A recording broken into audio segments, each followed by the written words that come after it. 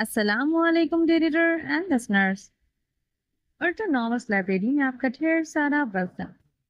عشق رومانچہ بائی حیات ارتضیٰ کی ایپیسوڈ نمبر 55 لے کر حاضر ہوئی ہوں۔ اگر آپ نے ابھی تک میرے اس چینل کو سبسکرائب نہیں کیا تو جلدی سے ابھی سبسکرائب کر دیں، لائک اینڈ شیئر کریں اور اپنی رائے کامنٹ باکس میں لازمی دیں۔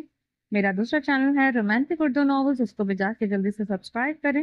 اور اس چینل پر لہو سے لال سٹارٹ ہوا ہے تو آپ لوگ جائیں، کائنڈلی جا کے ریڈ کریں۔ آپ لوگ باقی کے ناولس بھول جائیں گے۔ میں بار بار آپ لوگوں سے کہتی ہوں کہ جائیں، جا کر ریڈ کریں، کچھ ہے اس میں، تبھی تو میں کہہ رہی ہوں نا آپ لوگوں کو۔ تو اگر جو انٹرسٹڈ ہے اچھی مزے کی جو اسٹوری ہے وہ ریڈ کرنے میں اور یادگار ناول میں، مینس کہ آپ لوگوں کے فیوریٹس میں سے ایک ہو جانے والا ہے وہ ناول نا، تو جائیں جا کے لہو سے لال ریڈ کریں جس نے نہیں ریڈ کیا تو۔ چلیں اسٹارٹ کرتے ہیں۔ تھوڑی سی شرم کر لیا کر، جھوٹ بولتے ہوئے تیری زبان بھی نہیں کانپتی۔ فوراً پہنچ، یہ بہانے بازیاں اور ڈرامے بازیاں بند کر۔ اب کی بار رومان شاہ نے سختی سے کہا تھا۔ اچھا 1 گھنٹے تک پہنچتے ہیں، شاہمیر نے بے بسی سے کہا۔ کوئی چارہ نہیں تھا کیونکہ رومان شاہ اس کی فطرت سے واقف تھا اور وہ خود بھی رومان شاہ کو جانتا تھا جو سامنے والے کے لہجے سے بات کو سمجھنے میں دیر نہیں لگاتا تھا۔ 1 گھنٹے تک نہیں، صرف 15 منٹ کا راستہ ہے اور تم 20 منٹ میں یہاں پہنچو گے۔ 20 منٹ اس لیے دے رہا ہوں کہ ہوا میں گاڑی اڑانے کی ضرورت نہیں، آرام سے پہنچو۔ اگر 20 منٹ سے 1 منٹ بھی لیٹ ہوئے تو مجھ سے برا کوئی نہیں ہوگا۔ اور ہاں، شرم کیا کر، قانون کا رکھوالا ہو کر خود جھوٹ بولنے کی عادت نہیں جاتی۔ رومان شاہ آرڈر دے کر فون بند کر چکا تھا، جبکہ شاہمیر ایسے دیکھ رہا تھا جیسے شوہر سے پیسے نہ ملنے پر دکھی بیوی دیکھتی ہے۔ ادھر میرا بمشکل اپنی ہنسی روکے بیٹھی تھی، مگر اس کی ہنسی تھی کہ رکنے کا نام ہی نہیں لے رہی تھی۔ ہنسی حلق میں ہی پھنس جائے تو زیادہ مزہ آئے گا، ہے نا؟ شاہمیر نے غصے سے اسے گھورا اور اسٹیئرنگ پر ہاتھ جما کر گاڑی رومان شاہ کے گھر کی طرف موڑ دی۔ مرحا خاموش تھی کیونکہ بھوکے شیر کے منہ میں ہاتھ ڈالنے کا اس وقت اس کا کوئی ارادہ نہیں تھا۔ ویسے ایک بات ہے، تمہارا بھائی اور تمہارے بیٹے ایک ہی تھالی کے چٹے بٹے ہیں۔ شرم نہیں آتی؟ دونوں کو ہمیشہ مجھے میری بیوی سے دور کرتے رہتے ہیں۔ شاہمیر بڑبڑاتے ہوئے گاڑی چلا رہا تھا جبکہ مرحا ایسے بیٹھی ہوئی تھی جیسے کچھ سن ہی نہیں رہی ہو۔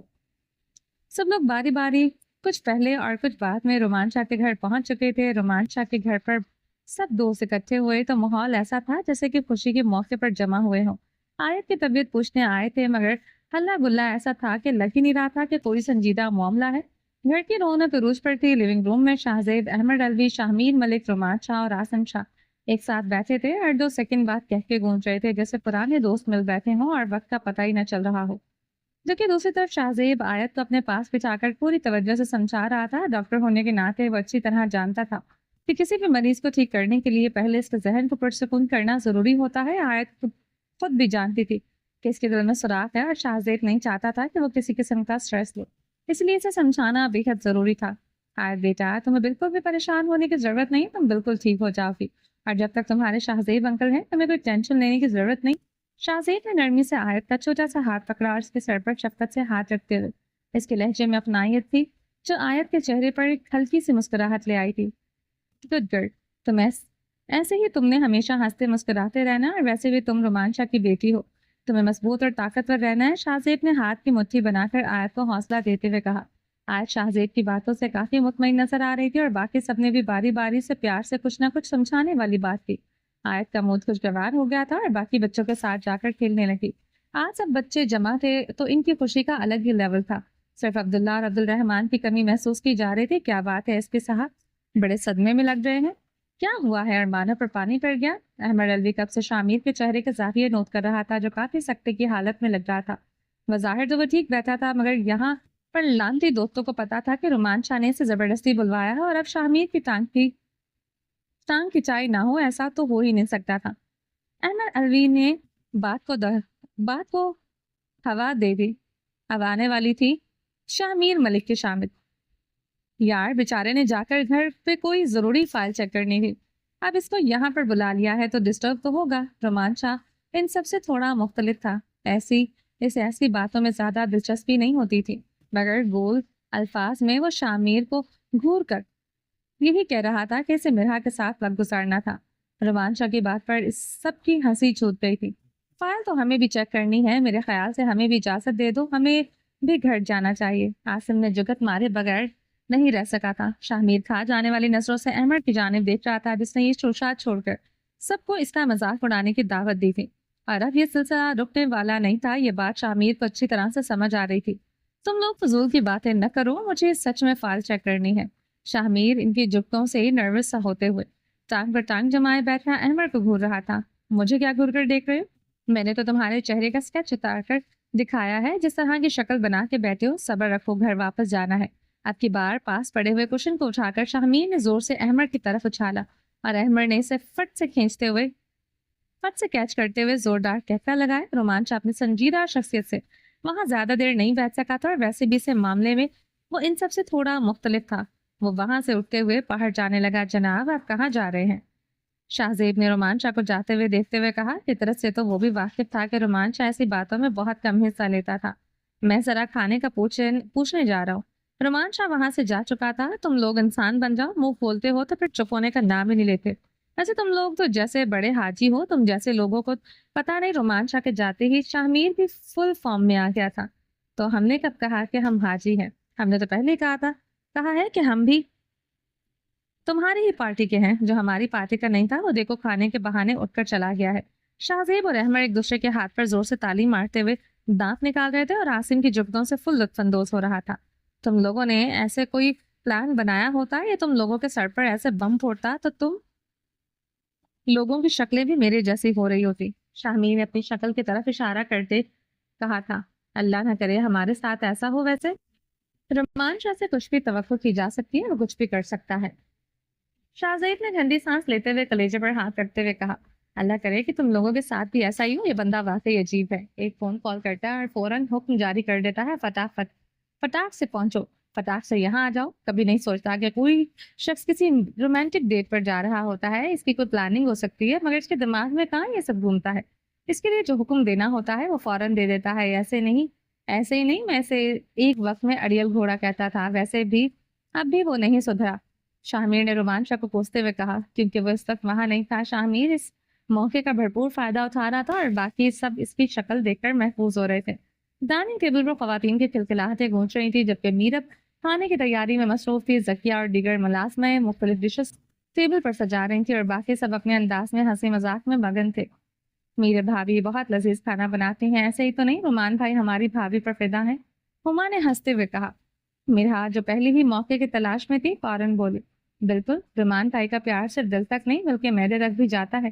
یہ سنتے ہی سب خواتین کی ہنسی چھوٹ گئی، جبکہ میرب جو اب تک مسکراتے ہوئے شرما رہی تھی مزید نظریں جھکا کر کھانے پر دھیان دینے لگی۔